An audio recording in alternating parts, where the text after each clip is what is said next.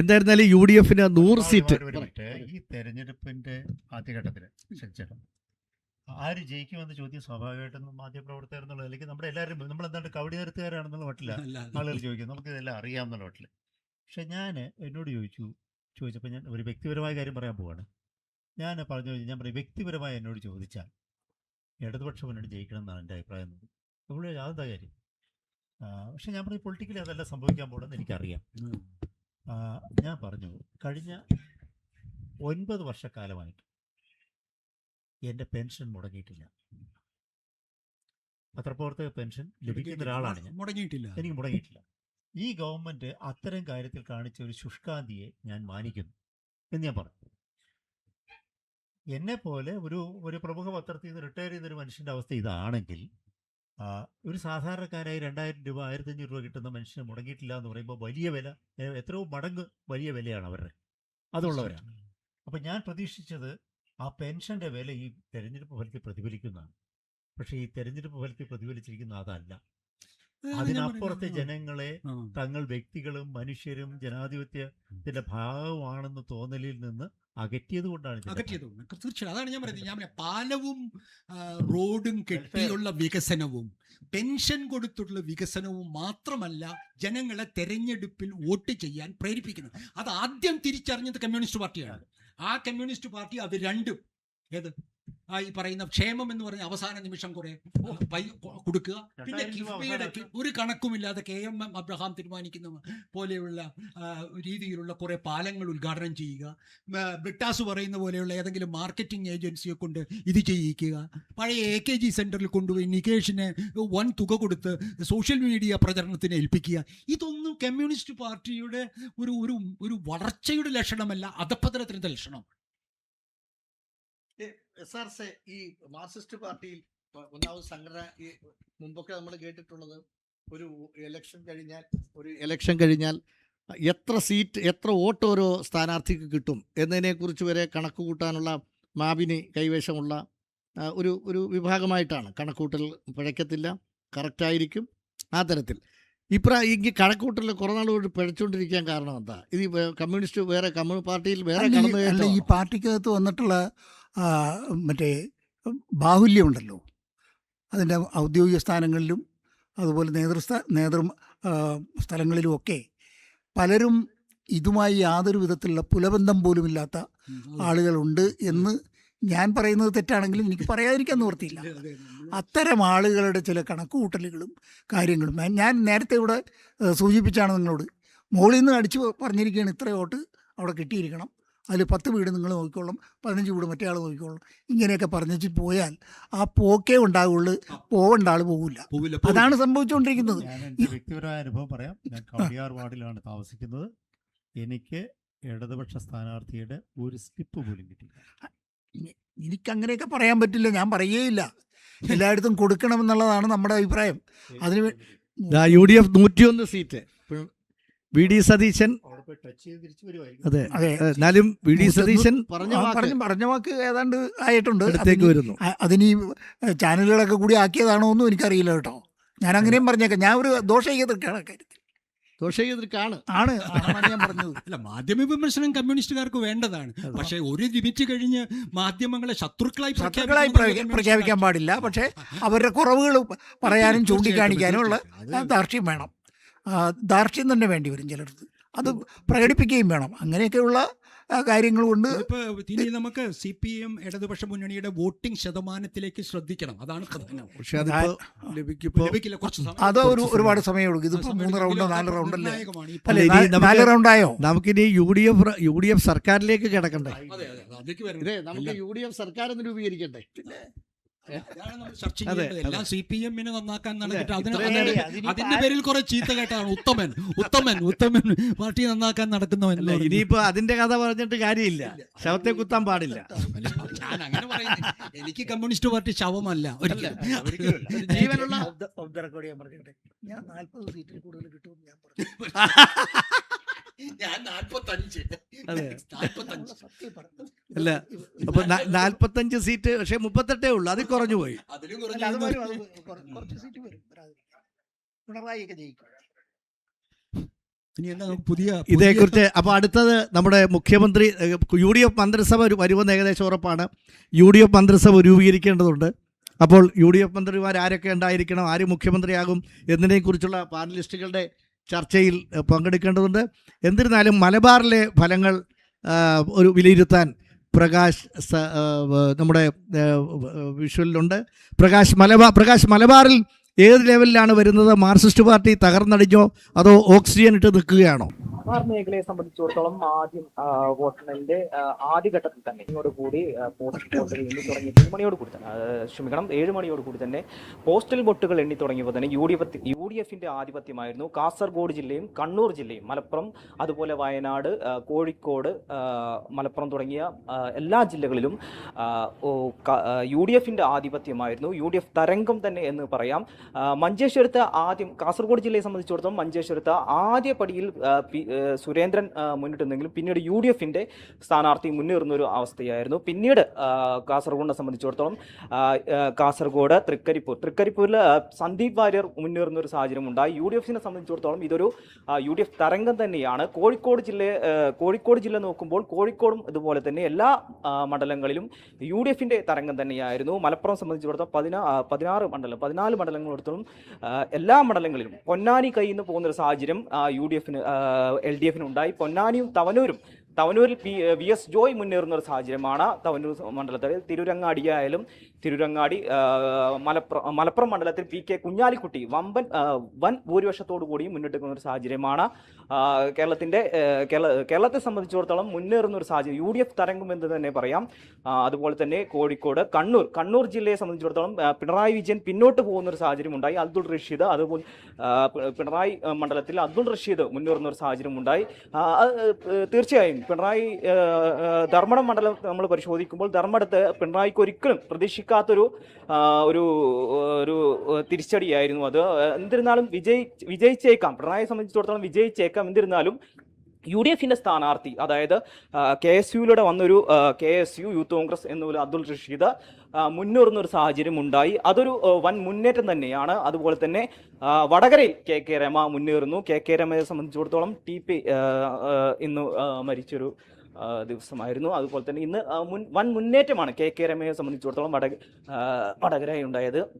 അതുപോലെ തന്നെ മലപ്പുറം സംബന്ധിച്ചിടത്തോളം മലപ്പുറത്ത് ഓരോ മണ്ഡലങ്ങളിലും UDF ആധിപത്യമാണ്. അതിൽ എടുത്തു പറയേണ്ടത് പൊന്നാനി കയ്യിൽ നിന്ന് പോയി, UDFന്റെ കയ്യിൽ നിന്ന് പോകുന്ന ഒരു സാഹചര്യമാണ്. പൊന്നാനിയെ സംബന്ധിച്ചിടത്തോളം LDFന് കാലങ്ങളായിട്ട് സൂക്ഷിച്ചൊരു മണ്ഡലമായിരുന്നു. എന്നിരുന്നാലും നേരത്തെ കോൺഗ്രസിന്റെ കയ്യിലുള്ള മണ്ഡലം പിന്നീട് പിടിച്ചെടുക്കുന്ന ഒരു സാഹചര്യം ഉണ്ടായിരുന്നു പൊന്നാനിയെ സംബന്ധിച്ചിടത്തോളം. ഇപ്പോൾ വീണ്ടും UDF അധികാരത്തിലേക്ക് പൊന്നാനിയിൽ UDF പിടിച്ചെടുത്തു. തവനൂരും KT ജലീലിനെ പിന്തള്ളിക്കൊണ്ട് VS ജോയി മുന്നേറുന്ന ഒരു സാഹചര്യമാണ്. അതുപോലെ തന്നെ PK ബഷീറിന്റെ മണ്ഡലം, അതുപോലെ കുഞ്ഞാലിക്കുട്ടിയുടെ മണ്ഡലം, മറ്റ് ആര്യടൻ ഷൗക്കത്തും എല്ലാ മണ്ഡലങ്ങളിലും UDF ആധിപത്യമാണ്. ഇതെല്ലാം ലീഗിന്റെ ഉറച്ച കോട്ടകളിൽ ലീഗ് ആധിപത്യം നിലനിർത്തിയിട്ടുണ്ട്. അതുപോലെ തന്നെ ഫാത്തിമ തഹ്ലിയയെ സംബന്ധിച്ചിടത്തോളം ഫാത്തിമ സംബന്ധിച്ച് നല്ലൊരു മുന്നേറ്റമാണ് ഉണ്ടായിക്കൊണ്ടിരിക്കുന്നത്. ഇതാണ് മലബാർ മേഖലയെ സംബന്ധിച്ചിടത്തോളം UDF തരംഗം തന്നെയാണ്. അജിത് വിവരങ്ങൾ പ്രകാശ് തന്നു. നമുക്ക് മലബാറിൽ നമ്മൾ പ്രതീക്ഷിച്ച ഫലങ്ങൾ മാർക്സിസ്റ്റ് പാർട്ടിക്കും ഇടതുപക്ഷത്തിനും വിരുദ്ധമാണ്. ഒരു 40 സീറ്റെങ്കിലും എല്ലാ നിരീക്ഷകരും LDFന് ലഭിക്കുമെന്ന് പ്രതീക്ഷിച്ചിരുന്നു. ഇപ്പോൾ അത് കുറഞ്ഞ് 38 സീറ്റിൽ വന്നിട്ടുണ്ട്. UDF 101 സീറ്റിലേക്ക് ഭൂരിപക്ഷം വർദ്ധിപ്പിച്ചിരിക്കുന്നു. NDA ഒറ്റ സീറ്റിൽ മാത്രമായി ഭൂരിപക്ഷം ചുരുക്കിയിരിക്കുന്നു. അതുകൊണ്ട് VD സതീശൻ പ്രഖ്യാപിച്ചതുപോലെ 100-ലധികം സീറ്റുമായി UDF അധികാരത്തിൽ വരാനുള്ള സാധ്യതയാണ് ഉള്ളത്. ഇടുക്കി, കോട്ടയം, പത്തനംതിട്ട ജില്ലകളിലെ സ്ഥിതിഗതികൾ അറിയുന്നതിന് സൗമി നമ്മുടെ ലൈനിലുണ്ട്. പത്തനംതിട്ട, ഇടുക്കി, കോട്ടയം ജില്ലകളിൽ എന്താണ് ഇപ്പോഴത്തെ സ്ഥിതി? അതെ സാർ, ഇടുക്കി, പത്തനംതിട്ട മുതലായ ജില്ലകളെ പറ്റി പറയുന്നതിന് മുൻപ് നമുക്ക് ആദ്യം കേരളത്തിന്റെ മൊത്തത്തിലുള്ള സാഹചര്യം എടുക്കാം. വോട്ടെണ്ണൽ ഏകദേശം ഇപ്പോൾ സമയം 10:55 പിന്നിടുമ്പോൾ UDF ഹാട്രിക്കും പിന്നിട്ടിരിക്കുകയാണ്. അതായത് 101 എന്നുള്ള സീറ്റ് നിലയിലേക്ക് UDF എത്തിയിരിക്കുകയാണ്. LDF എന്ന് പറയുന്നത് 39, NDA 1. അതായത് ചരിത്രത്തിലെ ഏറ്റവും വലിയ ഒരു അട്ടിമറി വിജയമാണ് UDF ഇവിടെ നടത്തിയിരിക്കുന്നത്. NDA 1ലേക്ക് NDA 5 മുതൽ 11 വരെ സീറ്റുകൾ പ്രവചിച്ച നിരവധി എക്സിറ്റ് പോളുകൾ ഉണ്ടായിരുന്നു. എന്നാൽ എക്സിറ്റ് പോളുകളെല്ലാം കാറ്റിൽ പറത്തിക്കൊണ്ട് VD സതീശന്റെ വിലയിരുത്തൽ, VD സതീശന് വളരെ പേടിയുണ്ടായിരുന്നു വനവാസത്തിന് പോകണമോ വേണ്ടോ എന്നൊക്കെ. ഏതായാലും അങ്ങനെ ഒരു സാഹചര്യം നിലവിലത്തെ രാഷ്ട്രീയത്തിൽ ഉരുത്തിരിഞ്ഞിട്ടില്ല. വളരെയധികം സന്തോഷത്തിലാണ് UDF ക്യാമ്പ് എല്ലാം 101 എന്നുള്ള വമ്പിച്ച ഭൂരിപക്ഷത്തിൽ. ഏതായാലും ഈ അടുത്ത കാലത്തൊന്നും ഇങ്ങനെ ഒരു ചരിത്രം അല്ലെങ്കിൽ ഒരു അട്ടിമറി വിജയമൊന്നും നമ്മൾ കേരളത്തിൽ കണ്ടിട്ടേ ഇല്ല. ആ ചരിത്രമേ ഉണ്ടായിട്ടില്ല. ഏതായാലും ഈ ഒരു വിജയം എന്ന് പറയുന്ന UDFനെ സംബന്ധിച്ച് വളരെ നിർണായകമായ ഒരു തെരഞ്ഞെടുപ്പ് കൂടിയായിരുന്നു. കാരണം 10 വർഷം അവർ അധികാരത്തിന് പുറത്ത് നിന്നതുകൂടെ ഒരു സാഹചര്യത്തിൽ ഇത്തവണത്തെ തെരഞ്ഞെടുപ്പ് ഫലം എന്നത് പറയുന്നത് അവർക്ക് ഏറെ നിർണായകപ്പെട്ടതായിരുന്നു. ആ സാഹചര്യത്തിലാണ് 101 എന്നുള്ള നിലയിലേക്ക് UDF കടന്നിരിക്കുന്നത്. ഇതിന്റെ എല്ലാ ക്രെഡിറ്റും പോകുന്നത് നമുക്ക് അറിയാം. തീർച്ചയായും VD സതീശൻ എന്നുള്ള ഒറ്റ നേതാവിലേക്ക് തന്നെയാണ്. കാരണം രമേശ് ചെന്നിത്തല, KC വേണുഗോപാൽ അങ്ങനെ നിരവധി ആൾക്കാർ UDFിൽ ഉണ്ട് എന്നെങ്കിൽ തന്നെയും VD സതീശന്റെ ഇത്തവണത്തെ നിയമസഭാ തെരഞ്ഞെടുപ്പിലെ സ്വാധീനം അല്ലെങ്കിൽ അദ്ദേഹം ചെലുത്തിയ ഒരു സ്വാധീനം എന്ന് പറയുന്നത് ഏറെ നിർണായകമായിരുന്നു. ഇനി നമുക്ക് ജില്ലകളിലേക്ക് വരാം. പത്തനംതിട്ട ജില്ലയുടെ കാര്യം എടുക്കുമ്പോൾ നമുക്കറിയാം പത്തനംതിട്ട ജില്ല പൊതുവെ UDFിന് സ്വാധീനമുള്ള മേഖലയാണ്. എന്നാൽ 2021 ശേഷം അവിടെ കാര്യങ്ങൾ മാറി വരികയായിരുന്നു. അതിന് നിരവധി കാരണങ്ങളുണ്ട്. ഒന്നെന്ന് പറയുന്നത് കേരള കോൺഗ്രസ് M ആണ്. കേരള കോൺഗ്രസ് M UDFിന്റെ ഭാഗമായിരുന്നു. അവിടുന്ന് 2021 തെരഞ്ഞെടുപ്പിൽ LDFിലേക്ക് മാറുന്നു. പിന്നീട് ശബരിമല വിഷയം വരുന്നു, മണ്ഡല പുനർനിർണയം വരുന്നു. ഈ സാഹചര്യങ്ങളെല്ലാം വന്നപ്പോൾ 5 മണ്ഡലം, പത്തനംതിട്ട ജില്ലയിലെ 5 മണ്ഡലങ്ങൾ 2024 നിയമസഭാ തെരഞ്ഞെടുപ്പിൽ 4 മണ്ഡലങ്ങൾ UDF, 4 മണ്ഡലങ്ങൾ UDF, 5 മണ്ഡലങ്ങൾ LDF എന്ന നിലയിലേക്ക് എത്തുകയായിരുന്നു. പിന്നീട് 2021 തെരഞ്ഞെടുപ്പിലേക്ക് വരുമ്പോൾ 5-ൽ 5 മണ്ഡലങ്ങളും LDF പിടിച്ചെടുത്ത് LDF തരംഗമായിരുന്നു ആ മണ്ഡലത്തിൽ നമുക്ക് കാണാൻ സാധിച്ചത്. ആ മണ്ഡലത്തിൽ നിന്നുള്ള സംസ്ഥാനം ഒട്ടാകെയും LDF തരംഗമായിരുന്നു. പത്തനംതിട്ട ജില്ലയിൽ പ്രത്യേകിച്ച് UDF ഏറ്റവും അവരുടെ കുത്തക മണ്ഡലം എന്ന് പറഞ്ഞ് അഭിമാനം കൊണ്ടിരുന്ന പല മണ്ഡലങ്ങളിലും LDF മുന്നേറ്റം നടത്തുന്ന ഒരു കാഴ്ചയാണ് നമുക്ക് 2021 കണ്ടത്. എന്നാൽ അവിടെ നിന്നും ലോക്സഭാ തെരഞ്ഞെടുപ്പ് വരുന്നു. ലോക്സഭാ തെരഞ്ഞെടുപ്പിൽ ആന്റണി അവിടെ മികച്ച ഭൂരിപക്ഷത്തിൽ വിജയിക്കുന്നു. അതിന് പിന്നാലെ തദ്ദേശ തെരഞ്ഞെടുപ്പ് വരുന്നു. തദ്ദേശ തെരഞ്ഞെടുപ്പിലും ഏറെക്കുറെ LDFിന്റെ കുത്തക മണ്ഡലം. സാധാരണ ലോക്സഭാ തെരഞ്ഞെടുപ്പിൽ UDF എത്ര മുന്നേറി എന്ന് പറഞ്ഞാലും നിയമസഭാ തെരഞ്ഞെടുപ്പിലും തദ്ദേശ തെരഞ്ഞെടുപ്പിലും UDFിന്റെ കണക്കുകൂട്ടലുകളൊക്കെ അപ്പാടെ പാളാറുണ്ട്. LDF ആയിരിക്കും മുന്നേറ്റം നടത്തുക. അതായത് അവരുടെ ഗ്രൗണ്ട് വർക്ക് അത്ര വളരെ കൂടുതലായിരിക്കും. എന്നാൽ അതിനെല്ലാം അട്ടിമറിച്ചുകൊണ്ട് തദ്ദേശ തെരഞ്ഞെടുപ്പിലും ലോക്സഭാ തെരഞ്ഞെടുപ്പിലും UDF വലിയൊരു വോട്ട് ശതമാനം നേടിയെടുക്കുന്നു. അത് 2024 നിയമസഭാ തെരഞ്ഞെടുപ്പിൽ പ്രതിഫലിക്കുന്ന ഒരു കാഴ്ചയാണ് ഇത്തവണ നമുക്ക് കാണാൻ സാധിക്കുന്നത്. ഏറ്റവും പ്രധാനപ്പെട്ട 2 മണ്ഡലങ്ങളാണ് പത്തനംതിട്ട ജില്ലയിലുള്ളത്. ഒന്ന് ആറന്മുളയാണ്, 2 കോന്നിയാണ്. ആറന്മുള എന്ന് പറയുമ്പോൾ മന്ത്രിമണ്ഡലമാണ്. വീണ ജോർജ് 2 തവണ, അതായത് 10 വർഷമായിട്ട് വീണ ജോർജ് ആറന്മുളയെ കേന്ദ്രീകരിക്കുന്നു. ആറന്മുളയിൽ വളരെയധികം സ്വാധീനമുള്ള നേതാവാണ്. 10 വർഷത്തിൽ അവർ മണ്ഡലത്തിൽ ചെയ്ത വികസന കാര്യങ്ങളൊക്കെ അവിടെ എല്ലാവർക്കും അറിയുന്നതാണ്. എന്നിരുന്നാലും എനിക്ക് തോന്നുന്നു, എൻ്റെ ഒരു അഭിപ്രായത്തിൽ ഏറ്റവും കൂടുതൽ ഭരണവിരുദ്ധ വികാരം ബാധിച്ച അല്ലെങ്കിൽ സ്വാധീനിച്ച ഒരു നേതാവാണ് വീണ ജോർജ് എന്ന്. കാരണം ഈ ഏറ്റവും പയ്യന്നൂരിലത്തെ റെയിൽവേ സ്റ്റേഷനിൽ വെച്ചുണ്ടായ അവർക്ക് നേരെ ഉണ്ടായ അതിക്രമവും അതിനുശേഷം ഉണ്ടായ വിവാദങ്ങളും കാര്യങ്ങളും ഒക്കെ എടുത്ത് നോക്കിയാലും പിന്നെ ശസ്ത്രക്രിയയിലുണ്ടായ പിഴവ്, അങ്ങനെ ആരോഗ്യ മേഖലയിൽ അങ്ങനെ നിരവധി പാളിച്ചകൾ ഉണ്ടായിട്ടുണ്ട്. ഒരു ഭരണവിരുദ്ധ തരംഗം വീണ ജോർജിനെതിരെ ഉണ്ടായിട്ടുണ്ടെന്നുള്ളതാണ് നമുക്ക് ഇപ്പോഴത്തെ ഫലത്തിൽ നിന്ന് കാണാൻ സാധിക്കുന്നത്. ആറന്മുളയിൽ അബിൻ വർക്കി കന്നി മത്സരത്തിൽ ഇറങ്ങിയ അബിൻ വർക്കി 14,528 വോട്ടുകൾ പ്ലസ് കടന്നിട്ടുണ്ടെന്ന് പറയുമ്പോൾ UDFിന്റെ തരംഗം എത്രത്തോളം ആറന്മുള ജില്ലയിൽ എത്തിയിട്ടുണ്ടെന്ന് നമുക്ക് പറയാൻ സാധിക്കും. മറ്റൊരു സ്ഥാനാർത്ഥി എന്ന് പറയുന്നത് NDAയുടെ കുമ്മനം രാജശേഖരനാണ്. കുമ്മനം രാജശേഖരന് പൊതുവെ വളരെയധികം സ്വാധീനമുള്ള നേതാവാണ് ആറന്മുളയിൽ. പ്രത്യേകിച്ചും ശബരിമല വിഷയമൊക്കെ ഒരുപാട് ചർച്ചയായ മണ്ഡലമാണ് ആറന്മുള എന്ന് പറയുന്നത്. കുമ്മനം രാജശേഖരന് കഴിഞ്ഞ തവണത്തെ വോട്ടുകളൊക്കെ, അതായത് കഴിഞ്ഞ തവണ K. സുരേന്ദ്രനാണെങ്കിലും MT രമേശ് ഒക്കെ ആണെന്നുണ്ടെങ്കിലും NDA സ്ഥാനാർത്ഥി, പ്രമുഖരായ NDA സ്ഥാനാർത്ഥികൾ മത്സരിച്ചപ്പോഴൊക്കെ ഒരു 30,000 അല്ലെങ്കിൽ 30,000-ലധികം വോട്ടുകൾ കൂട്ടാൻ ഈ NDA സ്ഥാനാർത്ഥികൾക്ക് കഴിഞ്ഞിരുന്നു. എന്നാൽ അത്രയേറെ അതിന്റെ അരികെ ഒന്നും കുമ്മനം രാജശേഖരന് എത്താൻ സാധിച്ചിട്ടില്ലെങ്കിൽ തന്നെയും ഏകദേശം കുറച്ച് വോട്ടുകളൊക്കെ LDFിലുള്ള കുറച്ച് വോട്ടുകളൊക്കെ കുമ്മനം രാജശേഖരൻ പിടിച്ചു എന്ന് തന്നെ നമുക്ക് പറയാൻ സാധിക്കുന്നതാണ്. രണ്ടാമത്തെ മണ്ഡലം കോന്നിയാണ്. കോന്നി എൻ്റെ മണ്ഡലം കൂടിയാണ്. അവിടുത്തെ സാഹചര്യം എന്ന് വെച്ചാൽ ഇഞ്ചോടിഞ്ച് പോരാട്ടമായിരുന്നു തെരഞ്ഞെടുപ്പ് തുടങ്ങി, അതായത് വോട്ടെണ്ണൽ തുടങ്ങിയ ആദ്യ മണിക്കൂറിൽ ഇഞ്ചോടിഞ്ച് പോരാട്ടമായിരുന്നു. UDF സ്ഥാനാർത്ഥിയെയും NDA സ്ഥാനാർത്ഥിയെ നിലം തൊടിക്കാതെ KU ജനേഷ് കുമാർ പറപ്പിക്കുകയായിരുന്നു. എന്നാൽ നിലവിലത്തെ സാഹചര്യം എന്ന് പറയുന്നത് UDF 68, 67 എന്നുള്ള നിലയിലാണ് ഇപ്പോൾ പൊയ്ക്കൊണ്ടിരിക്കുന്നത്. അപ്പം സതീഷ് കൊച്ചുപറമ്പിൽ അത്ര വലിയ സ്വാധീനമുള്ളൊരു നേതാവൊന്നും ആയിരുന്നില്ല. മുൻ പത്തനംതിട്ട DCC സൗമി കേൾക്കാമോ? കേൾക്കാം സർ. അവിടെ മന്ത്രിമാരുടെ സ്ഥിതി എന്താ? റോഷി അഗസ്റ്റിൻ പൊട്ടിപ്പോയി അല്ലേ? റോഷി അഗസ്റ്റിൻ വിട്ടുപോയാണ്. പിന്നെ ഏതൊക്കെ മന്ത്രിമാരാണ് തളർന്ന് തരിപ്പണമായത്? പിണറായി വിജയൻ സഹിതം LDFിലെ ഒട്ടുമിക്ക എല്ലാ മന്ത്രിമാരും പരാജയപ്പെട്ടെന്നുള്ളതാണ്. ഇടുക്കി മണ്ഡലത്തിലേക്ക് വരികയാണെന്നുണ്ടെങ്കിൽ റോഷി അഗസ്റ്റിൻ ഏറെ നിർണായകമായ മണ്ഡലമായിരുന്നു. കാരണം നമുക്കറിയാം, കേരള കോൺഗ്രസിന്റെ നിലനിൽപ്പിന് തന്നെ അത്യന്താപേക്ഷിതമായ ഒരു മണ്ഡലമായിരുന്നു റോഷി അഗസ്റ്റിന്റെ ഇടുക്കി എന്നുള്ളത്. എന്നാൽ റോഷി അഗസ്റ്റിൻ ഇടുക്കിയിൽ പരാജയപ്പെടുകയാണുള്ളത്. റോയ് കെ പൗലോസ് അവിടെ ലീഡ് നേടിയെടുക്കുകയാണ്. 2500-ൽ പരം ലീഡാണ് UDF സ്ഥാനാർത്ഥി അവിടെ നേടിയെടുത്തിരിക്കുന്നത്. സൗമി, പാലയിൽ എങ്ങനെയുണ്ട്? പാലയിൽ ജോസ് കെ മാണിയുടെ സ്ഥിതി എന്തായി? പിന്നിലാണ്. വളരെയേറെ പിന്നിലാണ് ജോസ് കെ മാണി. 10 വർഷമായി ഭരണത്തിന് പുറത്ത് നിൽക്കുമായിരുന്നു.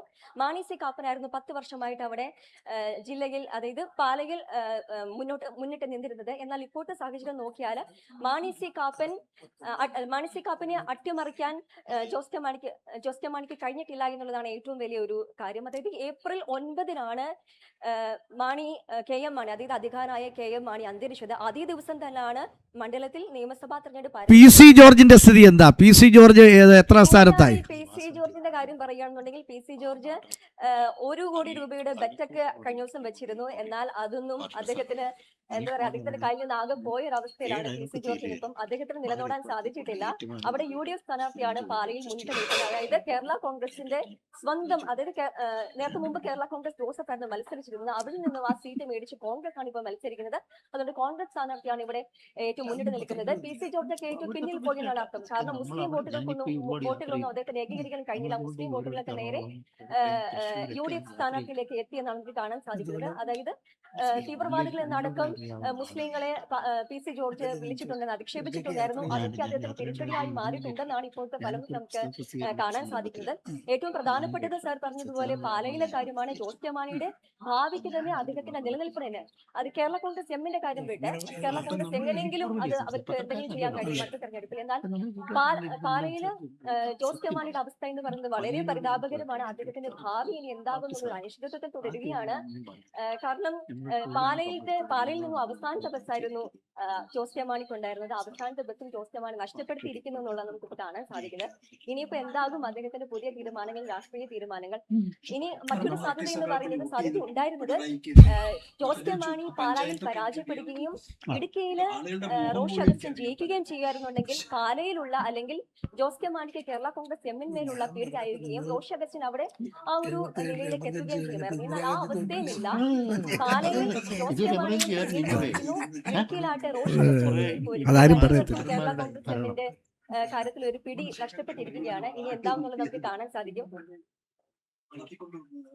മറ്റ് സാർ പറഞ്ഞത് പൂഞ്ഞാറാണ്. പൂഞ്ഞാറില് സൗമ്യയാണ് വിവരങ്ങൾ തന്നത്. പത്തനംതിട്ട, ഇടുക്കി, ആലപ്പുഴ, കോട്ടയം ജില്ലകളുടെ വിവരങ്ങളാണ് സൗമ്യ നമുക്ക് തന്നത്. ഒരു പ്രധാനപ്പെട്ട പ്രശ്നം ഇപ്പോൾ നമുക്ക് കേരള കോൺഗ്രസ് രാഷ്ട്രീയം ഒരു വഴിത്തിരിവിലാണ്. കേരള കോൺഗ്രസ് രാഷ്ട്രീയം എന്ന് പറയുമ്പോൾ അതിൽ പ്രത്യേകിച്ച് ജോസ് കെ മാണി പിന്നിലാണ്. പാലയിൽ ജോസ് കെ മാണി വിജയിക്കുമെന്നാണ് അവകാശപ്പെട്ടിരുന്നത്, എന്നാൽ പക്ഷേ പിന്നിലാണ്. മാണി സി കാപ്പൻ വളരെ മുൻപന്തിയിലെത്തി. ഇത് കേരള കോൺഗ്രസ് മാണി കഴിഞ്ഞ തെരഞ്ഞെടുപ്പിൽ കേരള കോൺഗ്രസ് PJ ജോസഫിനെ തകർന്നടിച്ചിട്ട് മാണി ഗ്രൂപ്പ് വളരെ മുമ്പിലായിരുന്നു. അപ്പോൾ കേരള കോൺഗ്രസ് രാഷ്ട്രീയത്തിൻ്റെ പ്രത്യേകിച്ച് PJ ജോസഫിന് പ്രാവശ്യം സീറ്റ് കുറച്ചാണ് കിട്ടിയത്. അതിൻ്റെ അർത്ഥം കേരള കോൺഗ്രസ് രാഷ്ട്രീയത്തിന് മങ്ങലേൽക്കുകയാണോ ശ്രീ മാധവൻകുട്ടി? മങ്ങലേൽക്കുകയല്ല. 1965-ൽ KM ജോർജ് തുടങ്ങി വെച്ച ഈ പ്രസ്ഥാനം അതിൻ്റെ പോക്കുവെയിൽ സമയത്താണ് അത് തീരുകയാണെന്ന് കൃത്യമായി പറയണം. അല്ലാതെ ഇത് കൊണ്ടു നടക്കരുത്. കാരണം ഈ ജോസ് കെ മാണിയുടെ തകർച്ച കാണിക്കുന്നത് കോട്ടയത്ത് കോൺഗ്രസ് ആ വോട്ടുകൾ മുഴുവൻ സമാഹരിക്കുന്ന അവസ്ഥയിലേക്ക് വന്നിരിക്കുന്നു. കോൺഗ്രസ് ദീർഘകാലമായി ആഗ്രഹിച്ചിരുന്നൊരു കാര്യമാണ്. 1960കളുടെ അവസാനത്തെ ഉണ്ടായ ഈ പ്രതിഭാസം. എത്രയോ കേരള കോൺഗ്രസ്സുകളുണ്ട്. ആ കേരള കോൺഗ്രസ്സുകളെല്ലാം കേരളത്തിൽ രാഷ്ട്രീയ പ്രസക്തി നഷ്ടപ്പെടുന്നു എന്ന് പറയണം. അത് പറയാതെ വെറുതെ പിന്നീട് പറഞ്ഞു കിടക്കാൻ വേണ്ടി പിന്നെ മൈക്കും കൊണ്ടുപോയി കേരള കോൺഗ്രസ് കാരണം പി ജെ ജോസഫിന്റെ പ്രകടനവും ഗംഭീരമല്ല, അതേ മറിച്ച് മാണിയുടെ മോശമാണ്. പിന്നെ എനിക്ക് അറിഞ്ഞുകൂടെ ഇനി ഗണേഷ് കുമാർ മാത്രമാണ് ആ പേരിൽ അവിടെ ഉള്ളത്. ഗണേഷിന്റെ വിവരം അറിഞ്ഞിട്ടില്ല. പക്ഷേ ഒരു കാര്യമുണ്ട്, ഈ കേരള കോൺഗ്രസ് എന്നൊരു രാഷ്ട്രീയം എന്ന് പറയാൻ പറ്റുമോ? കാരണം രണ്ടിടത്തും നേതാക്കന്മാരുടെ മക്കളെ തലപ്പത്ത് കൊണ്ടുവരുന്നു, അതൊരു പൊടുന്നനെ കൊണ്ട് കയറ്റുക. അതിന്റെ സ്വാധീന ശക്തി ഇല്ലാതായി, അത് പറയണം. ഇടപെടൽ ശക്തി നശിച്ചിരിക്കും. ഇപ്പോഴും ആകെ ചർച്ചയാണ് കുറച്ചെങ്കിലും പിടിച്ചു നിർത്തുന്നത്. ചർച്ച UDF-നോട് കൂടെ പോയി എന്നുള്ളത് കൃത്യമല്ല. ഇവിടുത്തെ പത്രമാധ്യമങ്ങൾ നിലനിർത്തുന്നു എന്നല്ലാതെ ആ പാർട്ടികളൊന്നും പാർട്ടികളൊന്നും ആളൊന്നും ഇല്ല. ശരിയാണ്. പറഞ്ഞ ചെറിയൊരു വ്യത്യസ്തമായ ഒരു കാര്യം എനിക്ക് തോന്നിയിട്ടുള്ളത്, ഈ കേരള കോൺഗ്രസ് മാണി ഗ്രൂപ്പിന് സംഭവിച്ചു. ഇപ്പൊ 2016 സംഭവവികാസങ്ങൾ നമുക്കറിയാം. ബാർക്കോഴ വിവാദം, ആ കോൺഗ്രസിലെ ചില വ്യക്തികളായ നേതാക്കന്മാരോട് തന്നെ കോട്ടയം പ്രത്യേകിച്ച് പറ്റിച്ചല്ലോ അവരെ കുഴപ്പത്തിലാക്കിയതിന്റെ പേരിൽ. അപ്പോ പിന്നീട് ഈ പിണറായി വിജയൻ അത് ഈ 2021 കാണിച്ച വളരെ ബുദ്ധിപരമായി നീക്കം ഇവരെ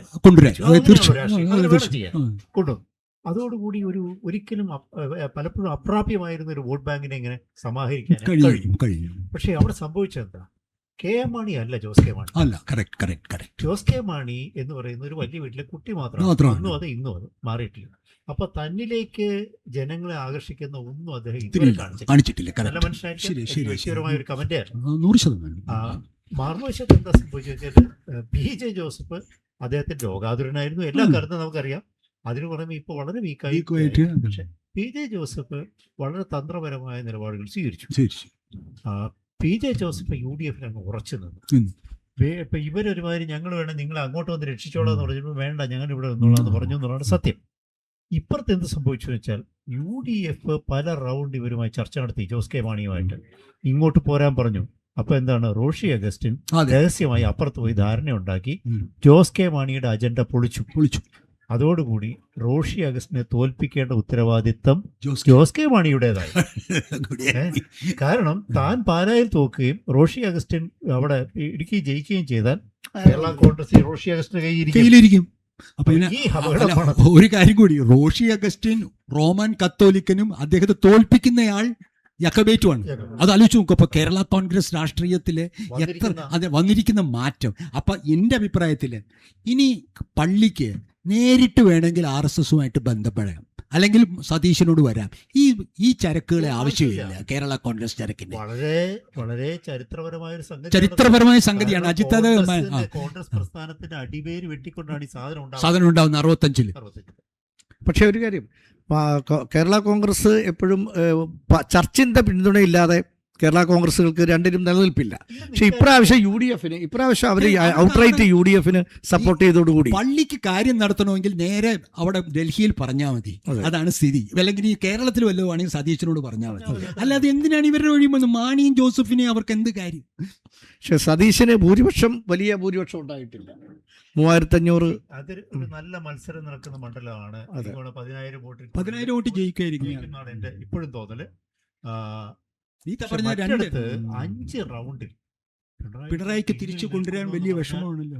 എന്തൊരു സന്ദേശം കൊടുക്കുന്നത്? SRC വിഷമം തോന്നുന്നുണ്ടോ?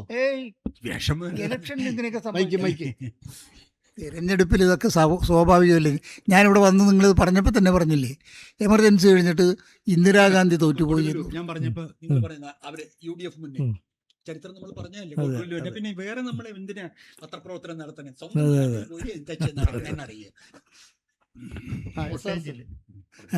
അല്ല, ഞാൻ പറഞ്ഞത് അപ്പം അതുകൊണ്ട് ഇലക്ഷനിലുണ്ടാകുന്ന വിജയവും പരാജയവും ഒക്കെ ആ ഓരോ കാലഘട്ടത്തിൻ്റെ പ്രത്യേകതയും കൂടി ഉണ്ടാകും. അതുകൊണ്ടാണ് ഇത് കാലഘട്ടത്തിനനുസരിച്ച് പാർട്ടികളും മാറാൻ തയ്യാറായില്ലെങ്കിൽ അതിൻ്റെ സംഘടനാപരമായ രാമകൃഷ്ണൻ പിന്നിൽ പേരാമ്പ്രയിൽ LDF കൺവീനർ പിന്നിലാണ്. അതിൻ്റെ ഘടനാപരമായ കാര്യങ്ങളിൽ മാറ്റങ്ങൾ ഉണ്ടാക്കി ഈ കാലഘട്ടത്തിന് യോജിക്കുന്ന രീതിയിലുള്ള ആളുകൾക്ക് ബോധ്യപ്പെടുന്ന രീതിയിലുള്ള സംഘടനാ പ്രവർത്തനങ്ങളും കാര്യങ്ങളും സംഘടിപ്പിച്ചുകൊണ്ടേ ഇനി ഈ കേരളത്തിലെ കമ്മ്യൂണിസ്റ്റ് പ്രസ്ഥാനത്തിന് മുന്നോട്ട് പോകാൻ കഴിയൂ. അതിനാവശ്യമായ മാറ്റങ്ങൾ വരുത്താൻ ഏതെങ്കിലും തരത്തിലുള്ള ഇനിയിപ്പോൾ പല കാര്യങ്ങളിലും മറ്റേ എന്തെന്നാ പരസ്യത്തിനൊക്കെ ചെയ്യുന്ന എന്ത് മാനേജ്മെന്റാണ്? PR മാനേജ്മെന്റ് നിർത്തുക ആദ്യം. അത് അല്ല, അതുപോലെ ഇതിനും നടത്തുക. ഗൗരി, നമുക്ക് UDF മന്ത്രിസഭ ഒന്ന് രൂപീകരിക്കണ്ടേ? UDF മന്ത്രിസഭ രൂപീകരിക്കുന്നതിന് മുമ്പ് ഈ മുസ്ലിം ലീഗിന്റെ സി പി എമ്മിനെ നമ്മുടെ ഇടതുപക്ഷം എന്ന് പറഞ്ഞ് നമ്മുടെ ഈ കുന്തമനം മുഴുവനും CPM നെഞ്ചത്തെ CPI യുടെ ഇവിടെ CPI ഒരു ഇതുണ്ട്. CPI എന്താണ് 22 സീറ്റിൽ മത്സരിച്ചത്. ഈ 22 സീറ്റുകളിൽ അവര് 10 സീറ്റിലേക്കും ജയിക്കാം എന്നൊരു സാധ്യത കിടപ്പുണ്ട്. പക്ഷെ ഇപ്പോഴത്തെ ഈ ഒരു വോട്ട് ഇത് വെച്ച് നോക്കുമ്പോൾ അവർ 7 സീറ്റിലേക്ക് അവരെ താഴാനുള്ളതാണ് പ്രപ്പോർഷൻ വെച്ച് നോക്കുമ്പോൾ കാണുക. അങ്ങനെയെങ്കിൽ ഇപ്പൊ ഈ 43 സീറ്റിൽ അല്ലെങ്കിൽ 40 സീറ്റിൽ LDF ജയിക്കുന്നുവെങ്കിൽ അതിലൊരു 20-22 സീറ്റ് CPM-ന്റെയും ഒരു 7-8 സീറ്റ് CPI-യുടെ ആകുന്നുവെങ്കിൽ CPM-ന്റെ ഓവറോൾ അവർക്ക് കിട്ടുന്ന പാർട്ടി എന്നുള്ളതിലേക്ക് കിട്ടുന്ന വോട്ടിംഗ് ഷെയർ വളരെ കുറയും. വളരെ കുറയും, അപകടകരമായ കുറയും. അതേസമയം തങ്ങളുടേതല്ലാത്ത വോട്ട് നേടിക്കൊണ്ട് CPI അവർക്ക് മെച്ചപ്പെട്ട പൊസിഷൻ കാണിക്കാൻ പറ്റും. അത് ഗൗരി ഒന്ന് അവതരിപ്പിക്കും. പിന്നെ അത് അല്ല, ആ നിലയ്ക്ക് ഇതിപ്പോ ഉദാഹരണത്തിന് ഇപ്പൊ കോട്ടയം ജില്ലയിൽ വളരെ അപകടകരമാണ്. കോട്ടയത്ത് വൈക്കത്ത് CK ആശയാണ് CPI-യുടേതായിട്ട് ജയിക്കാൻ സാധ്യതയുള്ള ഒരേ ഒരു കാൻഡിഡേറ്റ്. ശരിക്കും പറഞ്ഞു വൈക്കം ജയിക്കും. പിന്നെ നമ്മളിപ്പം കയ്പമംഗലം ജയിക്കും. പിന്നെ തൃശ്ശൂർ തന്നെ രാജൻ ജയിക്കും. ഇവിടെ അനിൽ ജയിക്കും, പ്രസാദ് ജയിക്കും. ചേർത്തലയില് ഏതാണ്ട് 7 പേരാണ് ഞാൻ മനസ്സിൽ കാണുന്നത്. നാദാപുരം തോൽക്കാനിടയുണ്ട്, ജയിക്കുന്നുണ്ട്. നല്ല ഭൂരിപക്ഷത്തിൽ എത്തിയോ? 10-ലൊക്കെ എത്തിയെങ്കിൽ വലിയ നേട്ടമാണ്. 7 പേര് അല്ലെങ്കിൽ 8 സീറ്റ് എന്തായാലും ചെയ്യും. ലീഗ് രാഷ്ട്രീയം കൂടെ എന്നിട്ട് നമുക്ക് മന്ത്രിസഭ രൂപീകരണം അവസാനമായിക്കോട്ടെ. അപ്പോൾ എന്തായിരിക്കും മാധവട്ടി സാർ, ലീഗിന് ഈ പ്രസക്തി 5-ാം മന്ത്രിക്ക് കൊടുത്തേ പറ്റുള്ളൂ?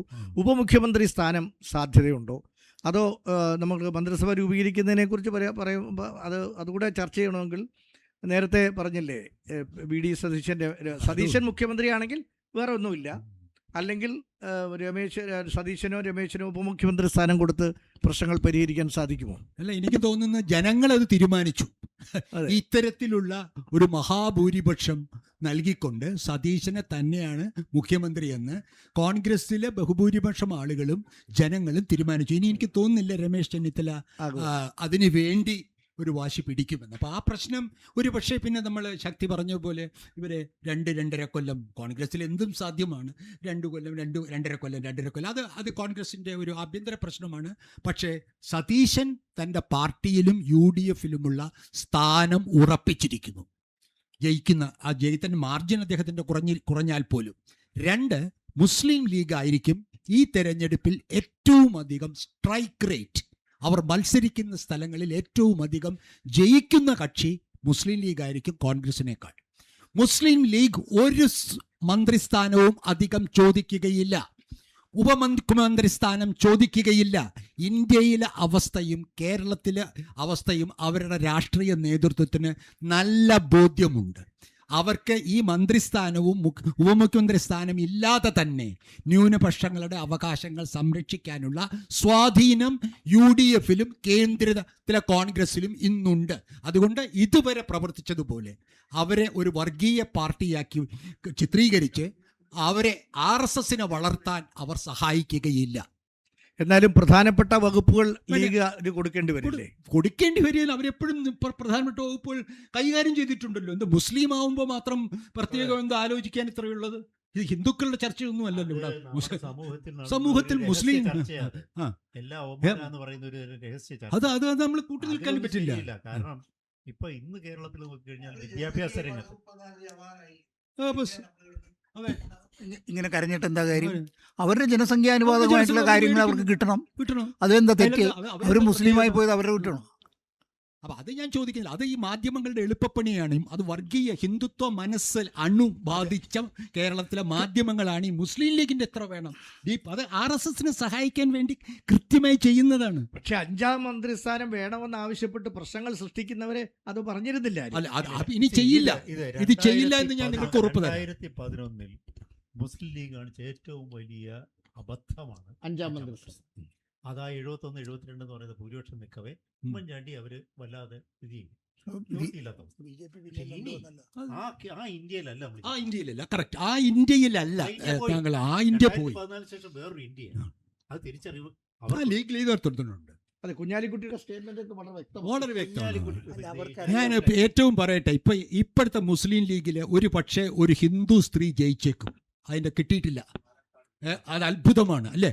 ഒരു യുവതി, ഒരു മുസ്ലിം യുവതി MLA ആവാൻ പോവുകയാണ്. ആ വേറെ മറ്റേ നമ്മുടെ TP രാമകൃഷ്ണന്റെ പിന്നെ അതും കഴിഞ്ഞിട്ടില്ല. നിരവധി അമുസ്ലിങ്ങൾ ഇന്ന് മുസ്ലിം ലീഗിൽ ചേർന്നുകൊണ്ടിരിക്കുകയാണ്. കൊല്ലത്ത് JSS മുടക്കം. എന്നിട്ടും ഈ RSSന് വേണ്ടി ഇവിടുത്തെ മാധ്യമങ്ങൾ മുസ്ലിം ലീഗിന്റെ പ്രശ്നം പറഞ്ഞ് ഇവിടെ കലാപം ഉണ്ടാക്കാൻ ശ്രമിക്കുന്നതിന് ജനാധിപത്യ വിശ്വാസികൾ തുറന്നെതിർക്കേണ്ട സമയമാണ്. മതനിരപേക്ഷ കക്ഷിയാണ് മുസ്ലിം ലീഗ്. അവരുടെ യഥാർത്ഥ പങ്ക് ഇവിടുത്തെ തീവ്രവാദ ശക്തികളെ എതിർക്കുന്നതാണ്.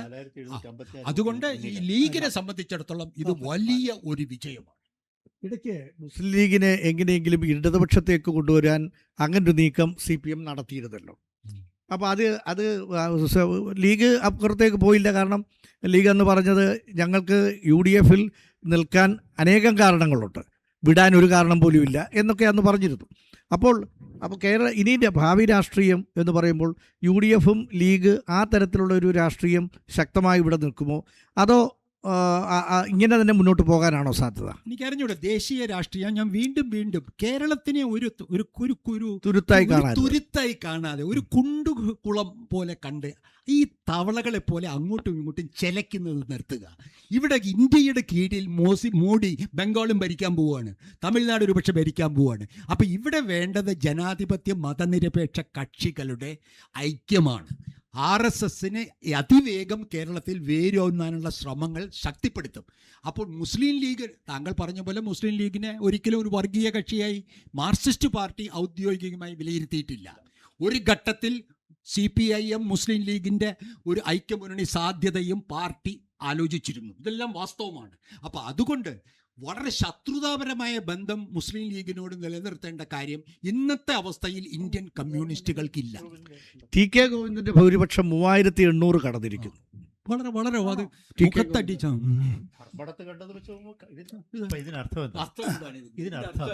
അപ്പൊ ഒരു വലിയ അല്ല, കേരളം വിടും. അല്ല, കണ്ണൂർ ജില്ലയിൽ അതെ CPMനുള്ളിൽ നമ്മൾ കാണുന്നതിനേക്കാൾ ശക്തമായ ഒരു ആണ്. അത് സത്യമാണ് ഗൗരി. 8 അധികാര കേന്ദ്രങ്ങളാണ് ആ ജില്ലയിൽ, പാർട്ടിയിൽ. ഞാൻ സത്യം പറയുകയാണ്, ഇതൊന്നും വെറുതെ ഇവിടെ പറയേണ്ടതല്ല. ഇതൊക്കെ മോശമാണ്. ഇപ്പൊ തൃശ്ശൂർ ജില്ലയിലെ പിടിച്ചു നിൽക്കുന്നതിന്റെ കാരണം അത്ര ഭീകരമല്ല. ഇവരൊക്കെ അധികാരത്തിന്റെ ആളുകളായിട്ട് വന്നുകൊണ്ടിരിക്കുകയാണ്. ഇതിൽ അത്ഭുതമില്ല. നമ്മൾ 100 CPMനുള്ളിൽ നിന്ന് പുറത്തു പോയ നേതാക്കൾ അവർക്ക് ഈ നിലയ്ക്കുള്ള ഒരു പ്രകടനം കാഴ്ചവെക്കാൻ കഴിയും. ഒന്ന് ആലോചിക്കണം. MP രാഘവൻ പുറത്തു പോയപ്പോൾ ഏറ്റവും ഉറപ്പുള്ളൊരു സീറ്റിൽ മുസ്ലിം ലീഗിന്റെ സീറ്റ് കൊണ്ടുവന്ന് അവര് നിർത്തി ജയിപ്പിച്ചപ്പോഴേ MP രാഘവൻ നിലനിൽക്കാൻ പറ്റിയുള്ളൂ. ആ സ്ഥിതി അല്ല ഉള്ളത്. സത്യം അതല്ല. പാർട്ടിയിൽ വേദനിക്കുന്ന സഖാക്കളുടെ എണ്ണം വളരെ കൂടുതലാണ്. നിങ്ങൾ നേരിട്ട് 1 to 1 സംസാരിക്കാൻ തയ്യാറായാൽ ഈ നേതാക്കന്മാർക്ക് ഇതൊന്നും കേൾക്കണ്ട. അവരെ വേറെ ഏതൊക്കെയോ തളിപ്പറമ്പ് 3835 TK ഗോവിന്ദൻ.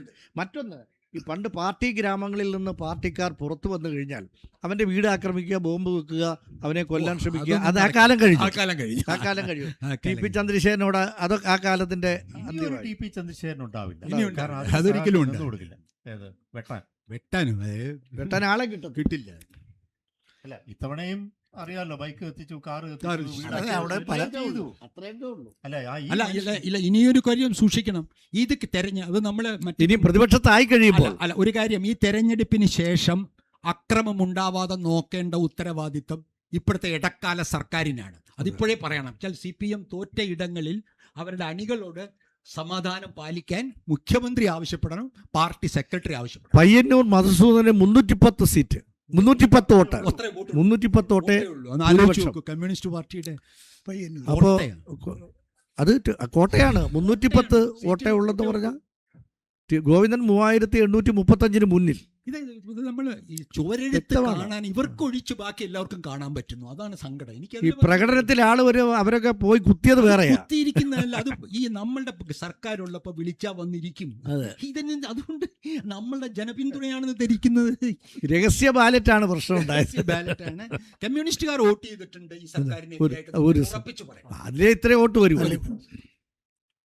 മട്ടന്നൂരിൽ UDF ലീഡ് വന്നേക്കുന്നു. മട്ടന്നൂരിൽ എന്താണ് ഇതിപ്പോ ഇത് കാണിക്കുന്നത്? മട്ടന്നൂരിൽ UDF ലീഡ്, പിണറായി 5ാം റൗണ്ടിലും പിന്നിൽ. മെമ്പർമാരുടെ നിക്ഷേപങ്ങൾക്ക് ഉയർന്ന ലാഭവിഹിതം നൽകുന്ന കേന്ദ്ര സർക്കാർ സഹകരണ registered society Bharat Lajna multi state housing cooperative society limited.